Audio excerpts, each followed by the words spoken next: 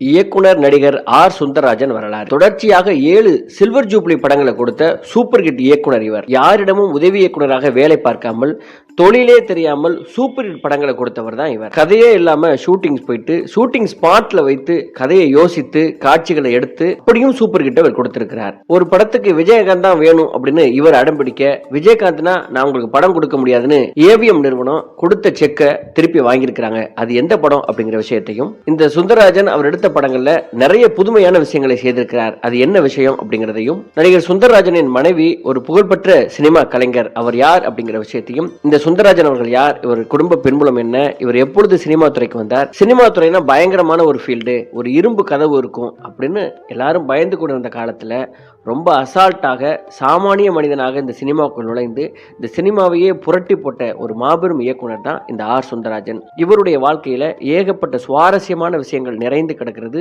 அவை எல்லாவற்றையும் இந்த வீடியோவில் நம்ம பார்க்கலாம். இதுவரை இந்த சேனலை நீங்க சப்ஸ்கிரைப் பண்ணலாம், சப்ஸ்கிரைப் பண்ணிட்டு ஒரு லைக்கையும் போட்டுவாங்க. ஆர் சுந்தரராஜன் அவர்கள் விஜயகாந்த், மோகன் இவங்க 2 பேருக்கும் சூப்பர் ஹிட் படங்களை அந்த காலத்தில் கொடுத்தவர்.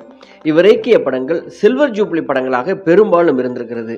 ஆனா இப்பொழுது துரதிருஷ்டவசமாக ஒரு காமெடி நடிகராக மட்டும்தான் இவர் அறியப்படுகிறார். இவர் தமிழ் சினிமாவில் மறக்க முடியாத இயக்குநர்களாக ஒருவராக இருந்திருக்கிறார். பாரதிராஜாவிடம் பணிபுரியாமலேயே அவரை மானசீக குருவாக ஏற்றுக்கொண்டு வெற்றி கொடி நாட்டிய ரொம்ப அசாத்தியமான திறமையானவர் தான் இந்த ஆர் சுந்தரராஜன் அவர்கள். இவரை போல மிகச்சிறந்த கதை சொல்லி இதுவரைக்கும் தமிழ் சினிமா பார்க்காதது அப்படின்னு சொல்றாங்க. இவர் ஒரு மொக்க கதையை கூட ஒரு ப்ரொடியூசர்கிட்ட போய் சொன்னார்னா அந்த இடத்துலயே தான் பாக்கெட்ல இருக்கிற அவ்வளவு பணத்தையும் அந்த ப்ரொடியூசர் எடுத்து கொடுத்து இந்த படத்தை எங்க கம்பெனிக்கு தான் நீங்க இயக்கணும் அப்படின்னு கெஞ்ச தொடங்கி விடுவார்களாம். அவ்வளவு திறமையாக இவர் கதை சொல்லுவார். அந்த காலத்துல வெற்றி இயக்குனராக இருந்த வரிசை இயக்குனர்களான பாரதிராஜா, பாலு மகேந்திரா, பாக்யராஜ், பாலச்சந்தர் ஆகியவர்கள் உச்சத்துல இருக்கும் போதே தமிழ் சினிமாவில் தனக்கென்று தனி முத்திரையை பதித்த இவர் குறுகிய இடைவெளியில 7 வெள்ளி விழா படங்களை தந்து அன்றைய தமிழ் திரையுலகத்தில் இருந்த எல்லா இயக்குநர்களையும் அசர வைத்திருக்கிறார். ஆர் சுந்தரராஜன் அவருடைய படங்கள்ல வசனங்கள் ரொம்ப சாதாரணமா இருக்கும், ஆனா அடித்தட்டு மக்களுடைய ரொம்ப கனெக்டடா இருக்கும். இவருடைய காட்சி அமைப்புகள் கவிதைத்துவமா இருக்கும். இவருடைய பாடல்கள் வாங்குற முறையோ அவ்வளவு சூப்பரா இருக்கும். ஒவ்வொரு பாடல்களும் சூப்பர் ஹிட் அடைத்திருக்கிறது. இவர் பாப்பநாயக்கன் படத்துல 1955ஆம் ஆண்டு டிசம்பர் 29ஆம் தேதி பிறந்திருக்கிறார். இவர் பள்ளியில படிக்கும் போதே இவரும் கே பாக்கியராஜனும் கிளாஸ்மேட் தான்.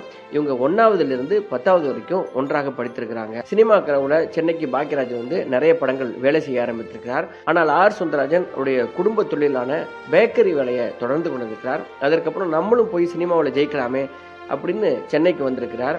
அந்த காலகட்டத்தில் புதிய வார்ப்புகள், கிழக்கே போகும் ரயில், இந்த படங்கள் எல்லாம் கே பாக்கியராஜ் வேலை செய்திருக்கிறார். பாக்கியராஜ் கூட இவர் பள்ளிக்கால நண்பன் அப்படிங்கிறதுனால அவர் கூட ஸ்கிரிப்ட்ல மட்டும் இவர் உட்கார்ந்துருப்பாரா. ஸ்கிரிப்ட் எப்படி பண்றது அப்படிங்கிறத அவர்கிட்ட இருந்து கற்றுக்கொண்ட சுந்தரராஜன் நம்ம படம் இயக்கலாம் அப்படின்னு முடிவு பண்ணி ஒரு கதையை பண்ணியிருக்கிறார். உதவி இயக்குனராக வேலையெல்லாம் செய்ய வேண்டியதில்லை, நம்ம ஷூட்டிங்கே போயிடலாம் அப்படின்னு அவருக்கு ஒரு மிகப்பெரிய தன்னம்பிக்கை இருந்ததாகவும் சொல்லப்படுகிறது. உடனே ப்ரொடியூசரை தேடி அலைந்திருக்கிறார். இவருக்கு ப்ரொடியூசர் கிடைத்ததே ஒரு சுவாரஸ்யமான தகவல். அது எப்படின்னா, எம்ஜிஆர் ஆட்சி காலத்துல கோவை தம்பி எம்எல்ஏவாக இருந்திருக்கிறார். அப்பொழுது இவர் சட்டமன்ற உறுப்பினர் விடுதியில் தங்கியிருந்த பொழுது 1981 கோவையை சேர்ந்த 2 இளைஞர்கள் கோவை தம்பி கிட்ட, எங்களிடம் ஒரு நல்ல கதை இருக்குது, அதை நீங்க சினிமா படமா தயாரித்தா ரொம்ப நல்லா இருக்கும், ஒரு வாய்ப்பு கொடுங்க அப்படின்னு கேட்டிருக்கிறாங்க.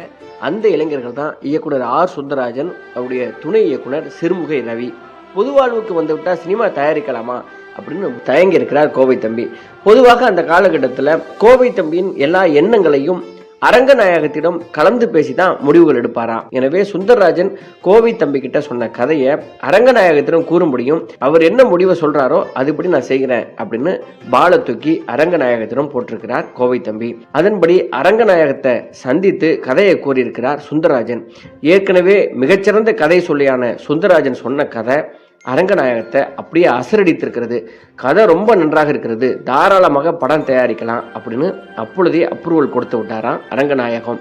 இதன் பிறகு மதர்லேண்ட் பிக்சர்ஸ் என்ற பட நிறுவனத்தை ஆரம்பித்திருக்கிறார் கோவை தம்பி. படத்தை ஆர் சுந்தரராஜன் டைரக்ட் செய்வது என்று முடிவாயிருக்கிறது. படத்தின் பெயர் பயணங்கள் முடிவதில்லை. இந்த படம் இசைக்கு முக்கியத்துவம் உள்ள படமாகையால் இளையராஜா இசையமைத்தால் நன்றாக இருக்கும் அப்படின்னு சுந்தரராஜன் சொல்லியிருக்கிறார். அதன் பின்பு கோவை தம்பி சுந்தரராஜன் அழைத்து கொண்டு இளையராஜாவை சந்திக்க போயிருக்கிறாங்க. பிரசாத் ஸ்டுடியோவில் இளையராஜாவை சந்தித்து பயணங்கள் முடிவதில்லை என்ற பெயரில் படம் தயாரிக்க போறேன், அதற்கு நீங்க இசை அமைக்கணும் அப்படின்னு கேட்டுக்கொண்டாராம் கோவை தம்பி. முழு கதையையும் டைரக்டர் எனக்கு சொல்லுங்க, கதை பிடிச்சிருந்தா நான் இசையமைப்பேன், கதை பிடிக்கலன்னா நீங்க கோச்சிக்க கூடாது, நீங்க எவ்வளவு பணம் தந்தாலும் நான் இசையமைக்க மாட்டேன் அப்படின்னு சொல்லியிருக்கிறார் இளையராஜா. மறுநாள் பிரசாத் ஸ்டுடியோவில் இளையராஜாவுக்கு கதை சொல்ல தொடங்கினாராம் சுந்தரராஜன். கதையை சுருக்கமாக மைய கருத்தோட சொல்ல உங்களுக்கு எவ்வளவு நேரம் வேணும் அப்படின்னு இளையராஜா கேட்டிருக்கிறார். எனக்கு அரை மணி நேரம் போதும் அப்படின்னு சொல்ல ஆரம்பித்த சுந்தரராஜன் அந்த கதையை 3 மணி நேரம் ஒரு படம் பார்ப்பது போலவே கதையை சொல்லியிருக்கிறார்.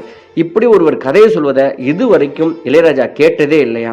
அந்த கதையை கேட்டு முடித்ததும் இந்த படத்துக்கு நான் தான் இசையமைப்பேன் அப்படின்னு உறுதி கொடுத்திருக்கிறார் இளையராஜா. நாளை காலை விஜிபியில பாடல்களை கம்போஸ் செய்ய ஏற்பாடு செய்யுங்க அப்படின்னு அந்த இடத்திலேயே கட்டிப்பிடித்து விட்டாராம் சுந்தரராஜனை. அவர் கூறியபடி மறுநாள் இசையமைக்க ஏற்பாடு செஞ்சிருக்கிறாங்க. 12 மணி நேரத்தில் 30 டியூன்களை போட்டிருக்கிறார் இளையராஜா. இதுல காட்சி அமைப்புக்கு ஏற்றபடி உங்களுக்கு எது தேவையோ அதை எடுத்துக்கொள்ளுங்கள் அப்படின்னு சொன்னாராம். நான் காட்சிகளை விளக்குகிறேன், அதற்கேற்ற டியூன்களை நீங்களே தீர்மானம் பண்ணுங்க அப்படின்னு சுந்தரராஜன் சொல்லியிருக்கிறார். அப்படி தீர்மானித்து தான் பயணங்கள் முடிவதில்லை பட பாடல்கள் வாங்கப்பட்டிருக்கிறது. பயணங்கள் முடிவதில்லை படத்துல முற்றிலும் புதுமுகங்கள் அறிமுகப்படுத்த எண்ணியிருக்கிறாங்க.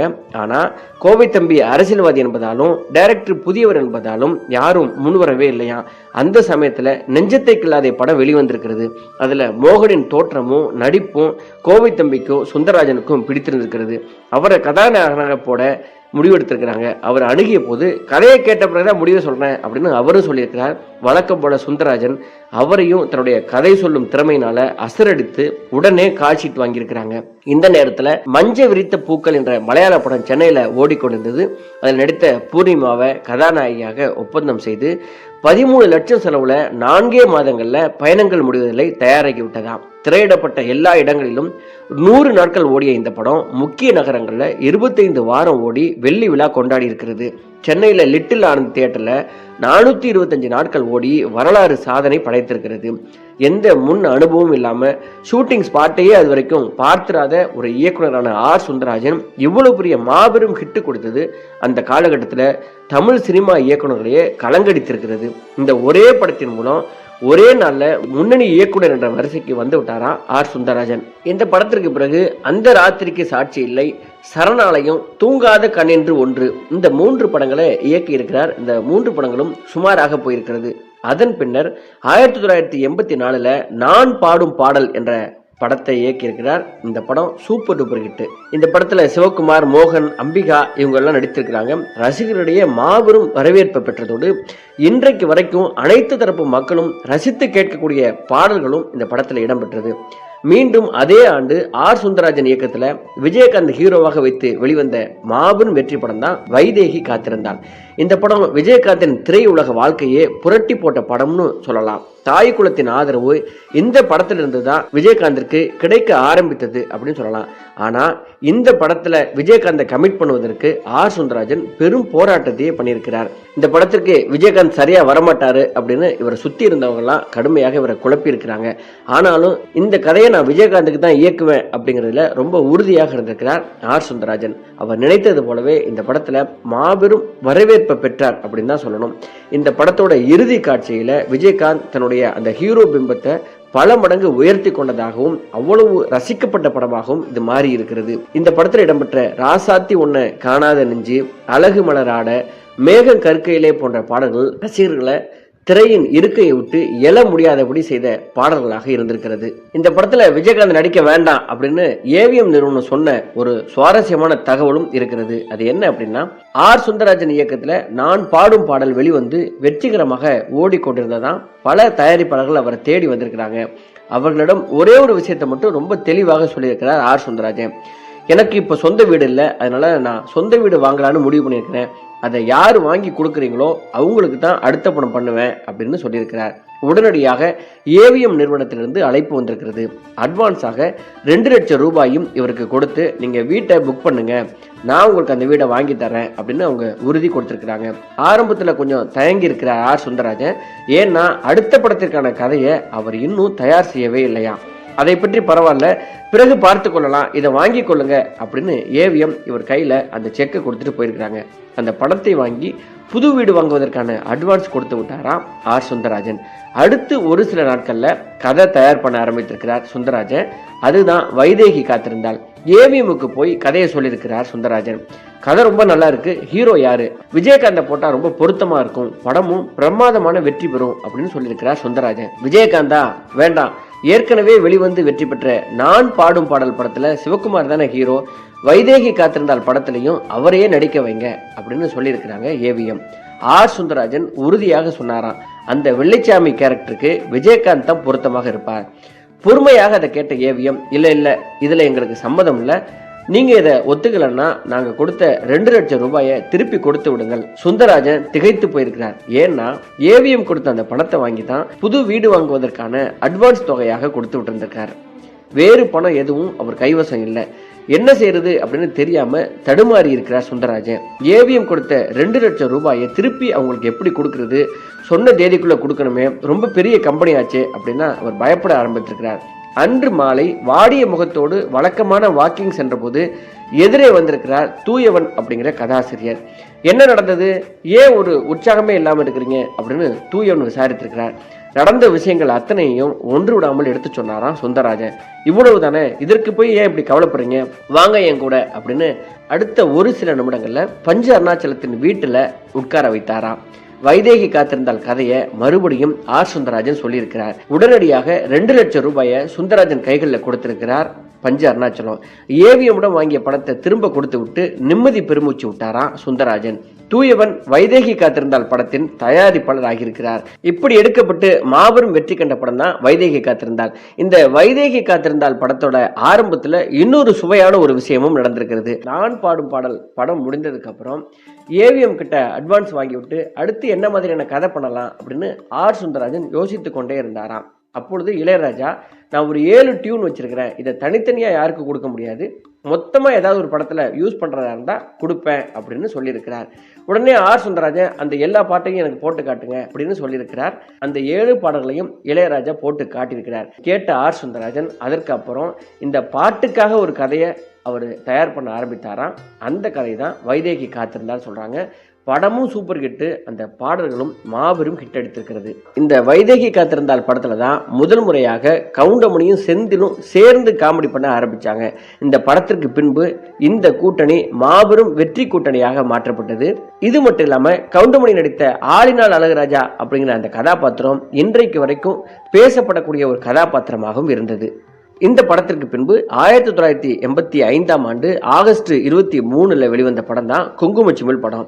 இந்த படம் வெளியான முதல் நாளிலேயே மாபெரும் வெற்றி பெற்றிருக்கிறது. வாழ்வாதாரமான வேலையை தேடி சென்னைக்கு வந்து சேருகின்ற கதாநாயகனும் கதாநாயகியும் சாதாரண மக்களை போல வாழ்வுரிமைக்கான தேடலையும் வேலைக்கான திண்டாட்டத்தையும் முன்னிறுத்திய விதம் இந்த படம் மாபெரும் ஹிட் அடிக்க காரணமாக அமைந்தது. நிலவு தூங்கும் நேரம் நினைவு தூங்கிடாது என்ற பாடல் இன்றைக்கு வரைக்கும் இசைஞானி இளையராஜாவின் ரசிகர்களின் தாலாட்டு பாடலாக இரவு நேரங்களில் ஒலித்து கொண்டிருக்கிறதுனா அதை யாருமே மறுக்க மாட்டாங்க. இந்த காலகட்டத்தில் தான் ஆர் சுந்தரராஜன் இன்னொரு காமெடியும் பண்ணுவாராம். ஹீரோ எல்லாம் புக் பண்ணிட்டு ஷூட்டிங் எல்லாம் போயிடுவாங்க. ஆனா அவர்கிட்ட எந்த கதையுமே இருக்காதான். இவர் மேல இருக்கிற நம்பிக்கையினால அவங்க எல்லாம் யாருமே கதை கேட்க மாட்டாங்களாம்.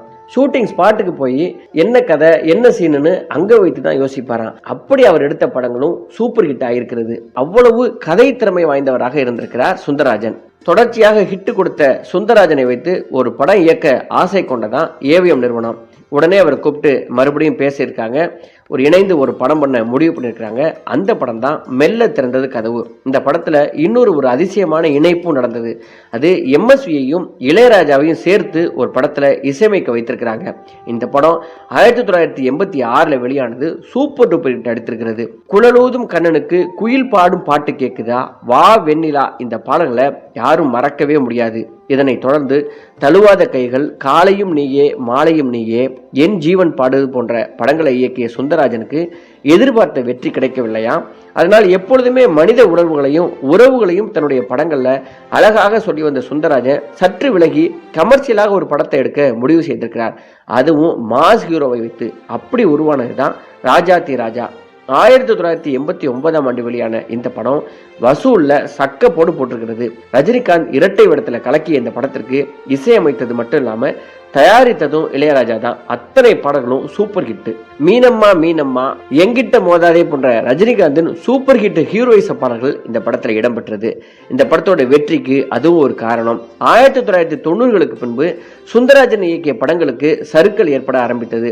ராஜாதி ராஜா சூப்பர் ஹிட் படம் தான், ஆனா அதனை தொடர்ந்து இவர் இயக்கிய படங்கள்லாம் சறுக்க ஆரம்பித்தது. தாலாட்டு பாடவா, எங்கிட்ட மோதாதே, சாமி போட்ட முடிச்சு, திருமதி பழனிசாமி, சீதனம் போன்ற படங்கள் எதிர்பார்த்த வெற்றியை பெறவில்லையா. இருந்தும் நீதானா நீதானா, பாத கொலுசு, வந்தாளப்பா வந்தாளப்பா போன்ற பாடல்கள் மிகப்பெரிய ஹிட் அடித்தது. இருந்தும் தோல்வி காரணமாக படங்கள் இயக்குவதை கொஞ்சம் கொஞ்சமாக குறைத்து கொண்டு வர ஆரம்பித்தார் ஆர் சுந்தரராஜன். நகைச்சுவை மற்றும் குணச்சித்திர வேடங்கள்ல நடிக்க ஆரம்பித்தார். மீண்டும் விஜயகாந்தை வைத்து என்னாசை மச்சான் அப்படிங்கிற படத்தை இயக்கினார். இந்த படத்திற்கு தேவா இசையமைத்தார். பாடல்கள் மிகப்பெரிய வெற்றி அடைந்தது. ஆனா சுந்தரராஜனின் மற்ற படங்கள் போல இந்த படம் வெற்றி படமாக அமையவில்லை. அதன் பின்பு சுந்தரராஜன் இயக்கிய படங்கள் வெற்றி பெறவே இல்லை என்று சொல்லிவிடலாம். இசைஞானியின் இசை சுந்தரராஜன் படத்திற்கு மிகப்பெரிய பக்கபலமாக இருந்தது.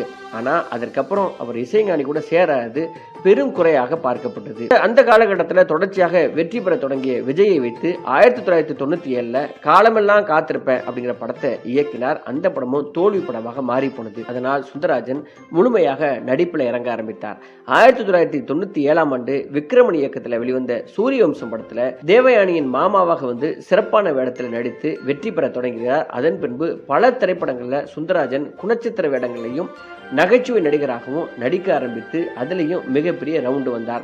1999ஆம் ஆண்டு ராமநாராயணன் இயக்கத்துல பிரபு, எஸ் வி சேகர், வடிவேலு நடித்து வந்த திருப்பதி ஏழுமலை வெங்கடேசா என்ற படத்துல ஒரு கதாநாயகனை போல ஒரு பாடலை பாடியிருக்கிறார். அதன் பின்னர் மின்சார கண்ணா, பாட்டாளி, உன்னை நினைத்து, நினைத்தேன் வந்தாய், நட்புக்காக, கொண்டாட்டம் என பல திரைப்படங்கள்ல சுந்தரராஜன் முக்கிய வேடங்களை நடித்திருந்தார். சுந்தரராஜன் அவர்கள் சினிமாவில் சென்டிமெண்ட் அப்படின்னு நினைக்கிற எல்லா விஷயங்களையும் தகர்த்தெறிவதில் ரொம்ப தீர்மானமாக இருப்பாராம். சுந்தரராஜன் அவருடைய மனைவியின் பெயர் ராஜேஸ்வரி. சுந்தரராஜன் அவர்களுக்கு கார்த்திக், அசோக், தீபக் என்று 3 மகன்கள் இருக்கிறாங்க. சுந்தரராஜன் அவருடைய மனைவி 1982 இருந்து தமிழ், தெலுங்கு படங்களின் பின்னணி குரல் கொடுக்கும் கலைஞராக பிரபலமாக இருந்தவர். தமிழ்ல தூரல் நின்று போச்சு, முந்தானை முடிச்சு போன்ற 5000 படத்திற்கு மேற்பட்ட படங்கள்ல இவர் குரல் கொடுத்திருக்கிறார். இயக்குனர் பாசில் இயக்கத்துல பூவே பூச்சிடவா என்ற படத்துல நதியாவுக்கு இவர் தான் குரல் கொடுத்தவர். பூவிடி வாசலிலே, கிளிப்பேச்சு கேட்கவா, வருஷம் 16 போன்ற படங்கள்லையும் ஹீரோயின்களுக்கு அந்த கொஞ்சுகிற குரல் இவருடைய குரலாகத்தான் இருக்கிறது. 1993 வெளியான மிகப்பெரிய வெற்றி பெற்ற மணிச்சித்திரத்தாள் என்ற மலையாள படத்தில் சோபனாவின் கடைசி காட்சியில வெளிப்படும் நாகவெளி என்ற கதாபாத்திரத்துக்கு குரல் கொடுத்ததும் இவர்தான்.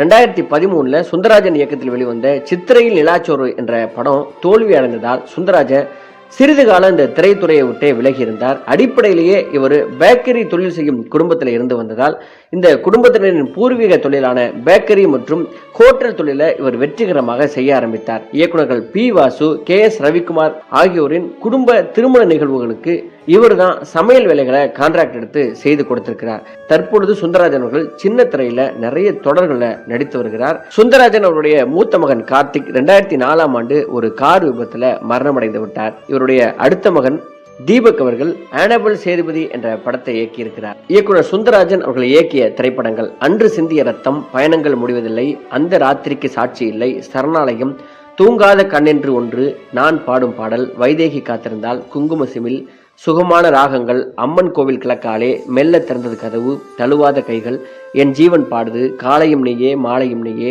ராஜாத்தி ராஜா, எங்கிட்ட மோதாதே, தாலாட்டு பாடவா, ஒயிலாட்டம், சாமி போட்ட முடிச்சு, திருமதி பழனிசாமி, என் ஆசை மச்சான், காந்தி பிறந்தமன், சீதனம், காலமெல்லாம் காத்திருப்பேன், சுயமரம், சித்திரையில் நிலாச்சோறு. ஒரு இயக்குனராக, நடிகராக, சிறந்த கதை சொல்லியாக, பன்முக திறமையாளரான இந்த ஆர் சுந்தரராஜன் அவர்களை இந்த தமிழ் திரைத்துறை என்றைக்கும் மறக்கவே முடியாது. இதுவே ஆர் சுந்தரராஜன் அவருடைய வாழ்க்கை பயணம். நன்றி, வணக்கம்.